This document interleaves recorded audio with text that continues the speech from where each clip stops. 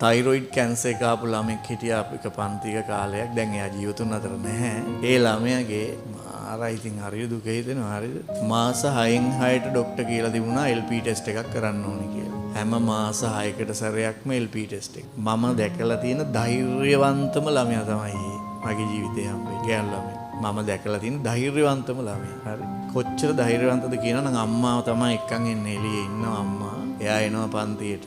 සමහරට කලාන්තය ඇදලා දඩුවම් ගාලා වැටෙනවා. වැටුනහම අම්මා ආයෙවිල්ලා වතුර එහෙම ගාලා එහෙම කිව්වා මෙයා යනවාද එළියට නැහැ. ආයෙ මෙහෙම කළා ආයෙත් පන්ති වැටි කරන් යනවා. සමහර දවස්වලට අම්මා මෙහෙම අල්ලන් ඔහොම එක්කන් එනවා. ඒ එදා තමයි මං හිතුවේ ඇයි මොකද ඇවිදින්න අමාරු. ඒ LP ටෙස්ට් එක කරපුවාම සතියක් විතර යනකම් ඇවිදින්න අමාරු. ඒතර එයාට හිත හදා ගන්න පුළුවන් එකපාරයි කියලා එහෙම නැහැනේ. මාස 6න් 6ට කරන්න ඕන. දැන් ඊට පස්සේ මං කිව්වා එයාට මෙහෙම පුතේ ඉතින් මෙහෙමයි. ඔයා මෙච්චර කටු කාගෙන මේක කරන්නම ඕනේ නෑනේ මං ටියුට් ටිකක් දෙන්න හෙටි ඔක්කොම දෙනවා ගෙදරට වෙලා කරන්න කියලා හරිද ඊට පස්සේ ඒ ළමයා කියනවා මේ ඒ ළමයා ඉතින් මම දැන් එහෙම කිව්වා මගේ හිතේ තියෙන මෙහෙමයි ඉතින් කොහොමත් මේ ළමයා වැඩි කාලයක් ජීවත් වෙන්නේ නෑනේ ඉතින් එතකොට මේසා විශාල කට්ටක් කන්න ඕනිය නේ එහෙම එතකොටම එයා මගෙන් ඇහුවා සර් කියන්නේ මම විභාගෙට කලින් මැරෙයි කියලානේ එහෙම කිව්වා මාව නිකන් කොල්මන් වෙලා ගියා හරිද ඊට පස්සේ කිව්වා නෑ මං රිසල්ට්ස් එනකම් මැරෙන්නේ නෑ මට දැනගන්න ඕනි මං කැම්පස් සිලෙක්ට්ද නැද්ද කියලා මැරෙන්න කලින්.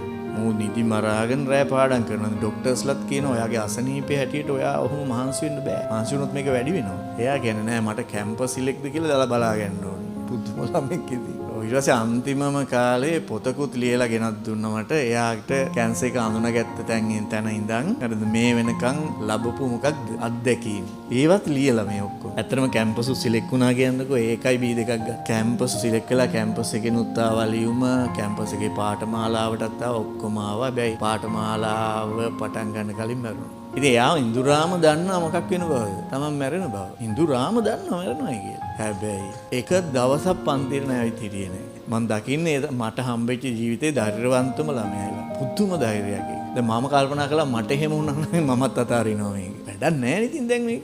ඇතෑරීම නෑ. අන්තිම කාලේ ළමයි හරිම ස්පිරිචුවල් එයා කියනවා මේ ආත්මෙදි මම විශ්වවිද්‍යාලයකට තේරෙනවා. සමහර විට මට ඒක ඊළඟ ආත්මෙදි ප්‍රයෝජනවත් වෙන්න පුළුවන්.